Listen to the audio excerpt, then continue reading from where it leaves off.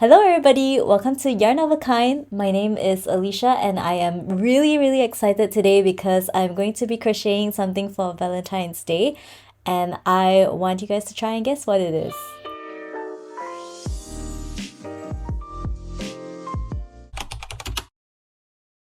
If you've been following my videos, you know that I am on a mission to create an amigurumi a week. It's already Tuesday, so it's high time that I start on this week's pattern. I've been procrastinating this video because a lot of my SD cards have filled up and I don't have much storage on my camera SD cards. So I spent an hour today just clearing everything and now I think we are set to go. Hopefully I won't run out of storage too quickly, because I think that will get me into another procrastination funk. So tomorrow is Valentine's Day and I am already late to the game, but I'm going to be crocheting something for Valentine's Day. You might be wondering why I'm holding green color yarn, because a lot of Valentine's Day crochet patterns are usually pink, red, and white, but I thought I would do something maybe a little bit unconventional. I've just watched a YouTube tutorial for it and I'm really excited to create it, but I won't reveal what it is just yet. So you guys will just have to follow along and see what I come up with. I can't wait to get started, so here we go. I forgot to mention that this is the Signet Jelly Baby Chunky yarn and I'm so excited to use this for the first time. And now we can get started. You guys know that I struggle with the magic loop, so I'm gonna fast forward and I'm not going to let you witness the pain of me creating this magic loop. First impressions of the Jelly Baby yarn. It is a little nicer than Flutter Bee, I would say, because it's more fluffy almost, but at the same time it's a lot more slippery and I'm finding it quite hard to find the stitches. So on the whole, at the moment, I prefer Flutter Bee a little bit better, but maybe I'll see the final product and I'll like the Jelly Baby product more. I don't know, at the moment it's a toss-up because I'm finding it a little difficult to put this together. I feel like I was able to see my stitches better with the Flutter Bee yarn. I'm always a fan of being able to see my stitches. Maybe I'm not at that stage where I can be an intuitive crocheter yet. If you have tried both the Flutter Bee and the Jelly Baby, leave a comment below and let me know which one you like better. This color just reminds me of broccoli, so if I have extra yarn, I might just try and make a stalk of broccoli. And then I'll give it to my husband every time he asks us to eat broccoli. So now that I've gotten to a place where I can just do a single crochet in every stitch of the row, I'm just going to be able to chat a little bit. And my first thought is about Valentine's Day and about gift giving. I kind of feel that Valentine's Day has been over commercialized. And there's just so many companies trying to market their products, trying to push sales, trying to get people to buy and spend and consume things. I just feel like it's creating such an unhealthy obsession with gifts and associating gifts with this idea of love.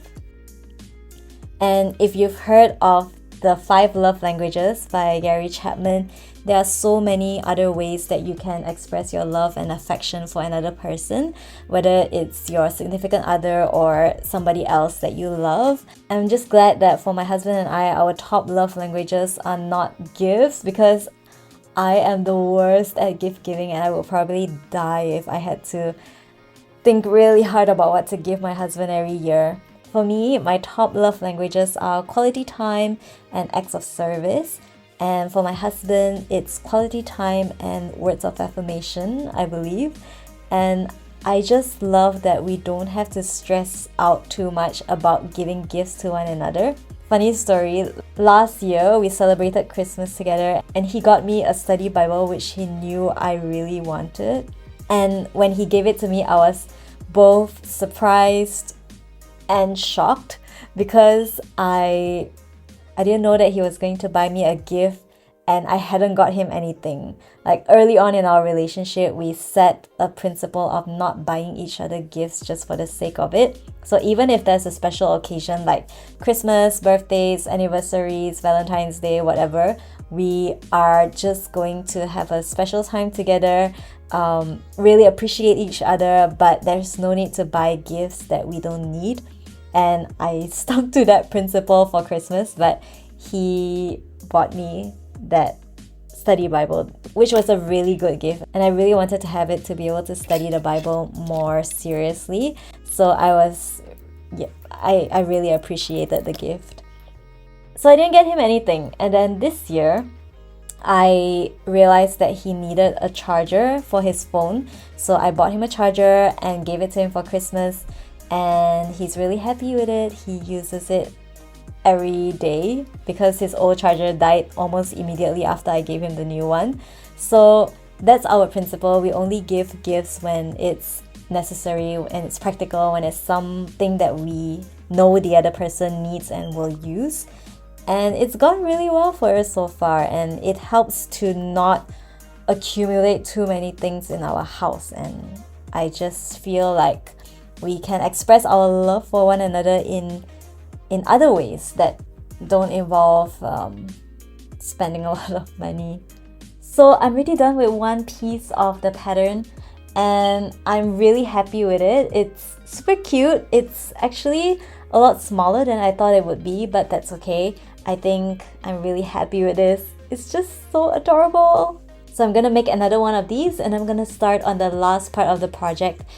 And I think it's too ambitious to finish it tonight. We'll see.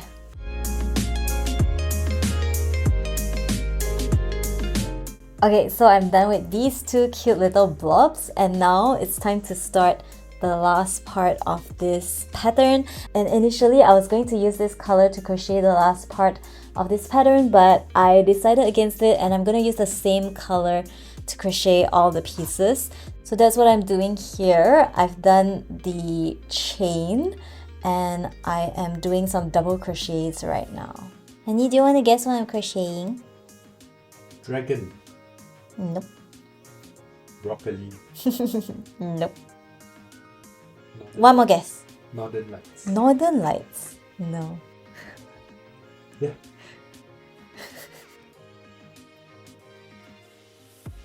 Oh, this is genius. Okay, and then... Ooh, okay. Very cool, very cool, very cool.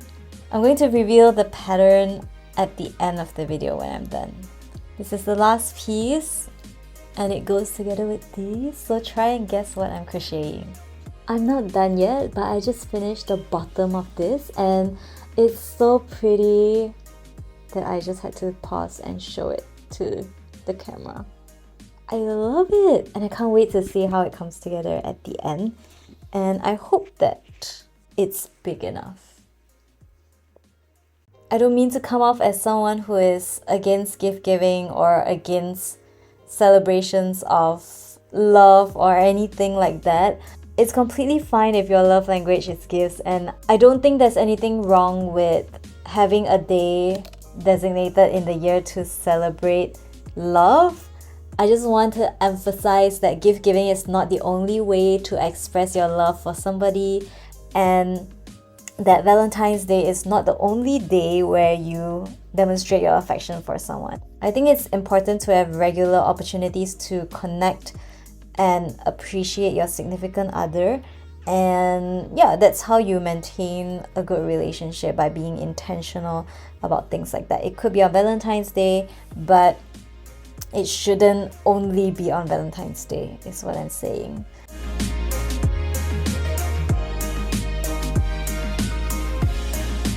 And to all my fellow crocheters or fiber artists who are creating personalized handmade gifts, I think you guys are doing an amazing job. I just think that handmade gifts are just so meaningful, especially when you make the effort to find out what that person likes, and then you take the time to make something with your own hands and you write a card to go with it with a sweet message. I think that's just the most meaningful thing that anyone can ever receive. Honey, can you guess what it is? Peas in the pot. Oh, you're right! Alright, so he guessed it. Who else guessed it? I feel like I made a mistake here. Nearly done. So since my husband has already guessed that they're peas in a pot, I think the cat's out of the bag. Here's the pot, and I've actually done as many rows as the pattern specified, but I tried to fit the peas in here. And first of all, it's a little snug for them. If I were to do this again, I would definitely add a few more stitches to the initial chain. And now you can see that they're just sticking out quite a lot, so I'm just adding a few more rows to this so that they can fit a little bit more snugly in, and then I'll finish up with the single crochets.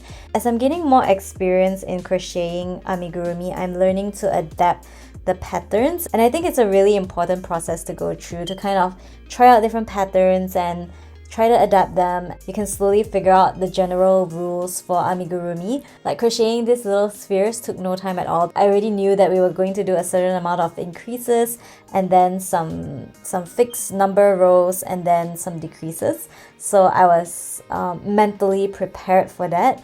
And then this one, it was like a new technique to kind of crochet onto the other side of the same chain. I think with experience, we kind of gained the intuition as to how to figure out patterns. And I'm really happy with the progress that I've been making in the past 3 weeks since I started crocheting amigurumi. I'm picking up new things as I go along, and I'm really happy that there are so many free patterns in the world that are available for me to try. The amount of creativity in the crochet community is just amazing, and I just really appreciate all these crocheters for sharing their designs with the world.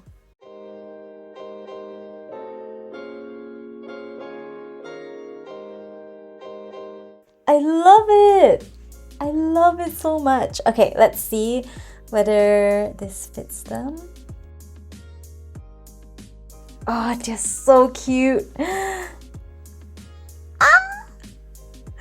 Look at them! Oh my goodness, so cute. I can't wait to show this to my husband.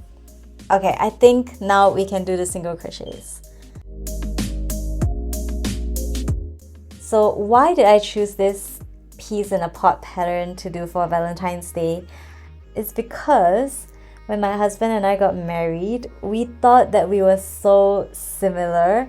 We thought that we were two peas in a pot, that we were just so alike in so many ways. We had the same values, some of the same interests, personality traits and tendencies, and it was just so easy for us to get along with one another. But after we got married, we realized that even though we thought we were so similar, there are actually so many differences between the two of us. But what's important is that we don't let those differences get in the way of us communicating with one another and loving each other. So I think the peas in a pot is such a good analogy for how similar we thought we were, and how our friendship has grown stronger and stronger as we lived as two peas in the same pot in the same house. So that's why I chose to make peas in a pot for a Valentine's Day gift.